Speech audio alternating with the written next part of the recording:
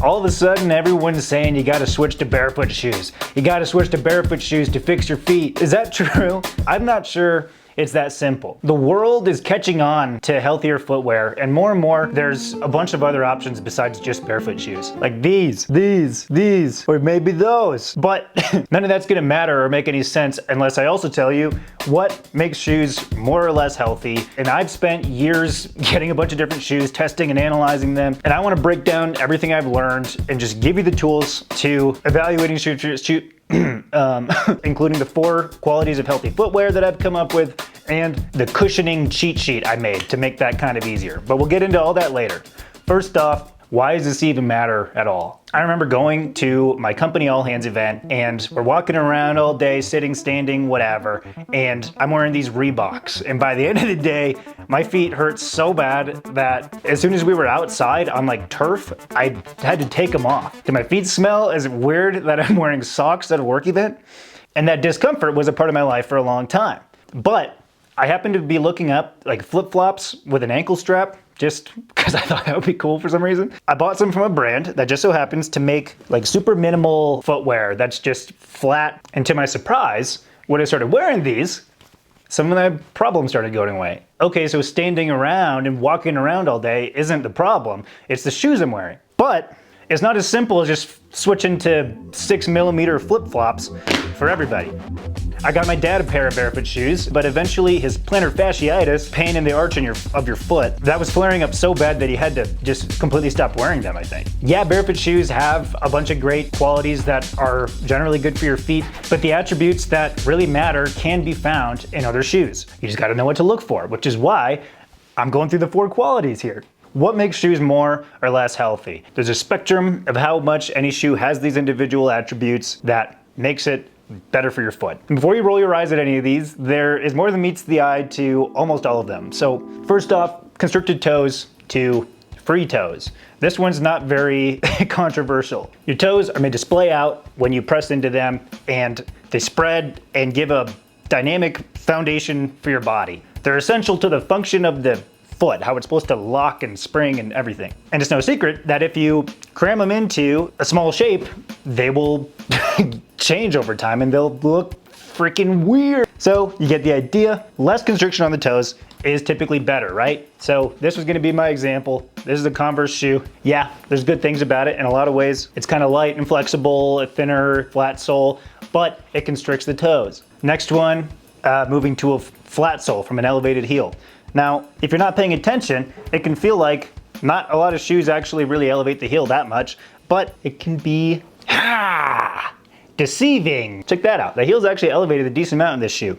And what that does is changes your posture. You stand in a different way. Obviously, this is an example with high heels, but same thing happens to varying degrees, right? Your posture's different, you walk different, your feet get kind of pressed into the bottom of the shoe, and having a flat sole, even maybe without arch support, allows you to stand flat on the earth and have a natural posture with balance displaced across your feet, right? Next, more cushioning to less cushioning. Think of Hokas and Nike Air Maxes, and there's a bunch of shoes that have like memory foam and they're supposed to be super comfortable. But do you like standing on like a memory foam mattress? Your feet can't. It's a little uncomfortable. It kind of sucks. Regardless, here's an example. There's just all this cushiony squish between your feet and the ground. And that just kills the dynamic relationship that your feet are kind of made to have with the earth. They're made to stand on solid ground and respond to the sensory feedback from it. But if you're thinking, dude, we live in a new world. We live in a man-made world with all these concrete, flat, hard surfaces. That just ain't gonna work. Don't worry, there's actually a catch to this one that not a lot of people talk about, but I'm gonna get into it later. And then, okay, you might be thinking, free toes, flat sole, less cushioning. How about I just wear a Japanese Geta traditional sandal? Why did the screen just, what the heck happened? I'm just gonna tell you, that's a mistake many have made, but you don't wanna do that because you want a more flexible shoe. If your foot can't move around and have that same kind of dynamic feedback with whatever you're walking on, it's not gonna be able to function how it's supposed to. It's not gonna be strong, right? So all these things contribute to letting your feet work, build up strength. These are all things that you want your feet to have because they're setting the foundation for your whole body. Not necessarily an order of importance, by the way, but just to drive it home, your feet are like hands and they need to work how they're supposed to, right? Imagine having to wear boxing gloves all the time, or boxing gloves that are too small. We jam our feet into these little boxes and they can't do anything. They're just like... So that's kind of something we hear a lot when we're talking about barefoot shoes, but that's just a matter of fact about how we treat our feet in general these days. So my take is that maximizing the healthy attributes in your shoes is the best way to help your feet, after taking your individual needs into account. Little nuance there.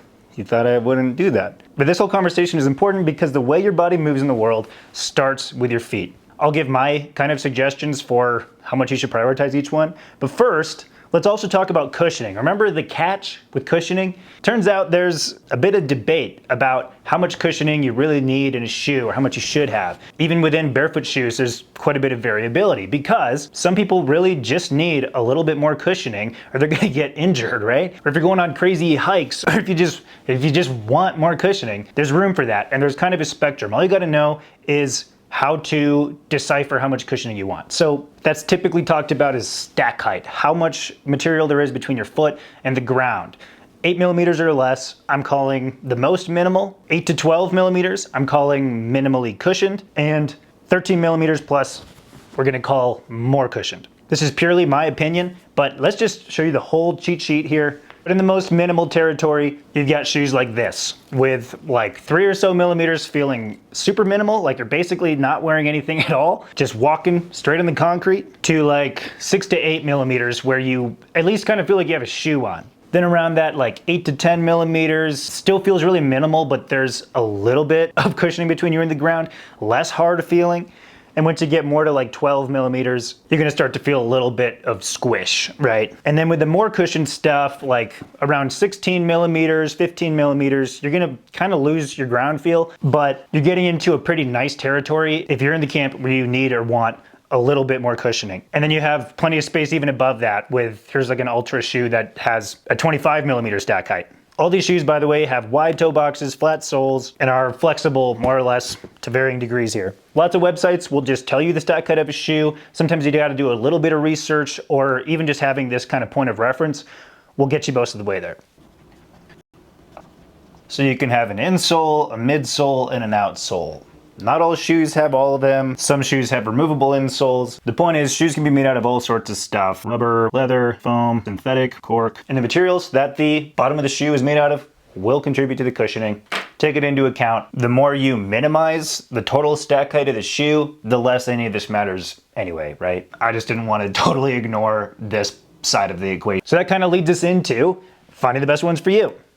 So there's a couple directions you can go in here, right? There's the kind of more alternative route, and there's the classic like barefoot route, and then there's what I do and my kind of thoughts on everything. So starting with the alternative non-barefoot route. Basically, step one, you're gonna look around for cool shoes.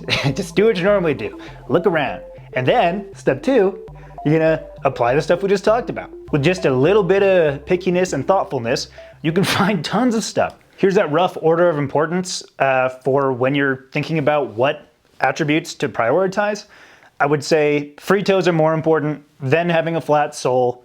Those are really big ones. That's a rough order. I'm not even totally sold. It really just depends on you, a lot more than the shoe, right? What's gonna make a shoe healthy has more to do with you than it does with a shoe. So okay, applying some of this, here's some examples. Number one, like a martial arts shoe, like a Feiyu or a Velho. My friend Isaiah actually bought some of these shoes after I made a video on them a couple years ago. They're flexible, they have a flat sole, they're probably 12 millimeters thick, and they're only like $30, which makes them the perfect like work beater shoe. He's a barista at a coffee shop, so I don't even know how many pairs he's had, but that's one cool option. Or you could get some flat-ish thong sandals like this with a heel strap. These are gonna let your toes splay out. They're gonna be pretty much flat. You're gonna have that grounded relationship with the world. I would say that's a pretty good option. Or what about work boots? My brother is an electrician and he needs a safety toe shoe. And the best thing he's found is the Keen San Jose shoe. He gets it in a wide, so once again, he has room for his toes to move around and it has a much flatter sole. than most other work boots. So he's making the best choice he can for his feet while also getting the job done. Or what about the New Balance MT10? Check this thing out. And basically, even some bigger brands like this are dipping their toes into more minimal kind of anatomical shoes, right? This looks pretty light. It looks like it has a wider toe box. It looks flexible, but it seems like a great option. And I'm sure we're seeing more of those, and there's probably more out there. Just takes a little bit of looking around. I found this one so fast. So exactly, there's tons around. You just gotta know what to look for. And then you got the more classic Barefoot Route, right? Just type in barefoot shoes on your web browser and see what comes up. I just called it a web browser. But before you just trust the first results you see, there's some steps for this kind of path too. Step 1, look them up. Step 2, ignore the lingo. Don't pay too much attention to barefoot style shoe, barefoot inspired, minimalist shoe, anatomical, biodynamic, hybrid, whatever the heck. It's a den of hyenas. They are trying to trick you. For some reason, there's a bunch of weird little barefoot shoe brands coming out. And instead of paying attention to the lingo, just do the same thing, apply everything we talked about here. Just look at the specs of the shoe.